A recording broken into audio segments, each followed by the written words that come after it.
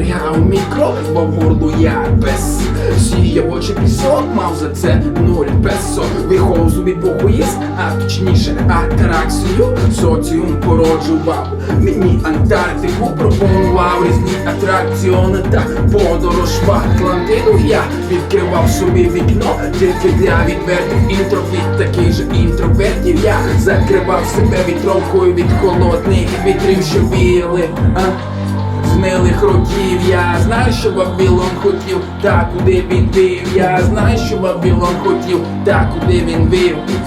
Куди він вів, куди привів.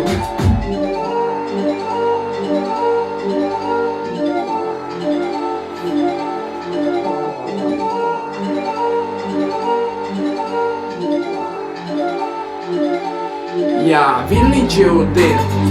Мабуть, один тут вільний, тільки хіба що Джанго. Ей, друже, welcome to the jungle. Тут притуплюються позитивні почуття, тут запалюються свічки, а гаснуть люди, тут всім від тебе щось треба, а сам ти нікому. Тут всі на мене дивились, але ніхто мене не бачив. Чи може я невидимий?